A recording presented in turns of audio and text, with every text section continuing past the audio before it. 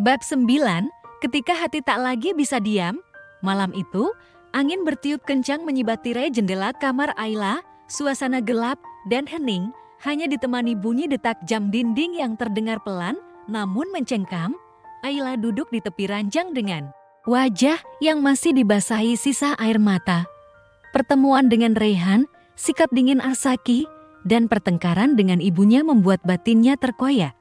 Ia menatap cermin, mata sembab dan wajah lelah menatap balik padanya. Siapa aku sekarang? Bisiknya lirih, istri boneka yang hanya menjadi alat permainan orang-orang yang katanya mencintai. Pintu kamar diketuk. Ayla buru-buru menyeka wajahnya. Masuk, katanya dengan suara yang masih serak. Azeki muncul. Kali ini tanpa jas, hanya mengenakan kaos hitam dan celana training. Terlihat lebih santai. Tapi tatapan matanya tetap menusuk. Aku ingin bicara, katanya tanpa basa-basi. Ayla menegakkan tubuh. Silakan, aku tahu kamu bertemu Reyhan bukan karena ingin mempermainkan perasaan siapapun. Tapi kamu juga harus tahu, aku bukan pria yang bisa diam melihat masa lalu datang sernaknya. Ayla mengepalkan tangan. Lalu apa yang kamu mau dariku? Haseki, cinta, setia. Kamu bahkan tidak pernah menganggapku istrimu. Arzaki berjalan mendekat. Tatapannya gelap, tapi suaranya rendah. Aku tidak pernah ingin menikahimu. Tapi kamu juga tidak memilihku. Kita sama-sama terjebak. Dan karena itu kamu berhak menyakitiku? Tentu tidak.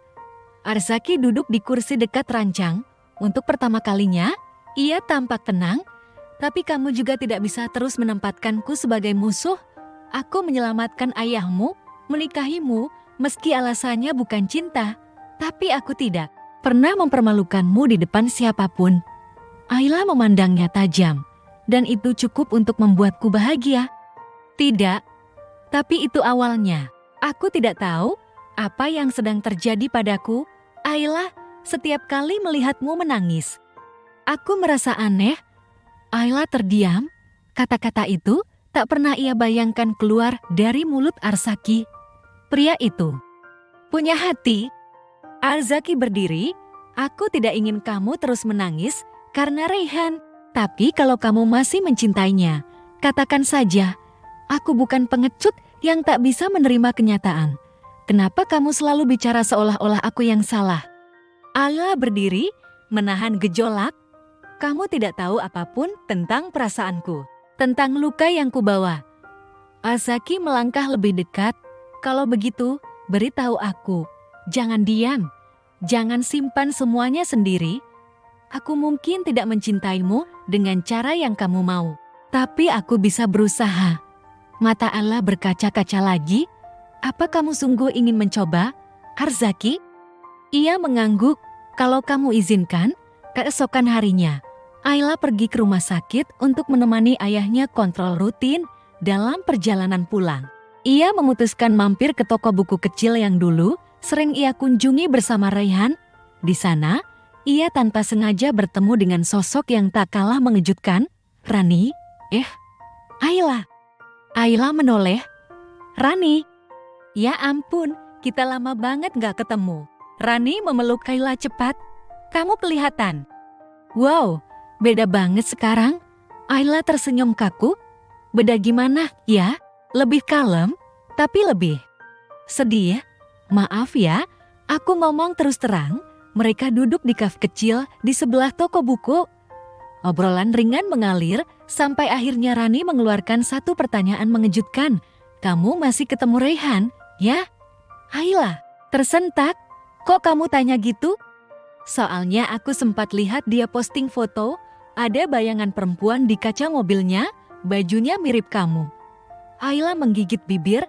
Reyhan masih menyimpan harapan. Dia nggak pernah benar-benar melupakan. Kamu tahu? Lanjut Rani. Dulu dia bilang satu-satunya perempuan yang bisa dia nikahi cuma Ayla. Ayla menunduk. Tapi sekarang aku sudah menikah dengan Azaki Mahendra. Ayla mengangguk. Rani menggilang. Kamu kuat banget. Ayla, semua orang tahu cowok itu dingin dan nyebelin. Tapi kamu masih bertahan. Ayla menarik napas, karena aku belum selesai membayar semua luka masa lalu. Malam harinya, Ayla kembali ke rumah. Ia menemukan Azaki sedang duduk di ruang tamu, memegang sesuatu, sebuah surat. Matanya tajam saat menatap Ayla. "Ada apa?" tanya Ayla. Azaki menunjukkan surat itu. "Ini dari Raihan." Dia mengirimkannya ke kantor. Jantung Ayla berdebar. Ia mengambil surat itu, membukanya pelan. Isinya hanya satu paragraf. "Ayla, aku tak akan mengganggumu lagi. Tapi aku juga tidak akan pernah berhenti mencintaimu. Jika suatu saat kamu lelah berpura-pura kuat, temui aku di tempat pertama kita bertemu." Ayla menutup surat itu perlahan. "Kamu masih ingin menemuinya?" tanya Arzaki. Ayla menatap mata suaminya. Untuk pertama kalinya, ada kekhawatiran di dalam tatapan itu, bukan karena ego, tapi rasa takut kehilangan. "Aku ingin menutup masa lalu, bukan kembali ke sana," jawab Ayla lirih. "Dan untuk itu, aku butuh kamu di sisiku, bukan sebagai penjaga penjara, tapi teman." Azaki menatapnya lama, lalu mengangguk pelan. "Kalau begitu, mari kita mulai dari awal, jika kamu mau." Ayla tersenyum tipis. Hati mereka masih penuh luka, tapi mungkin luka itu bisa sembuh bersama.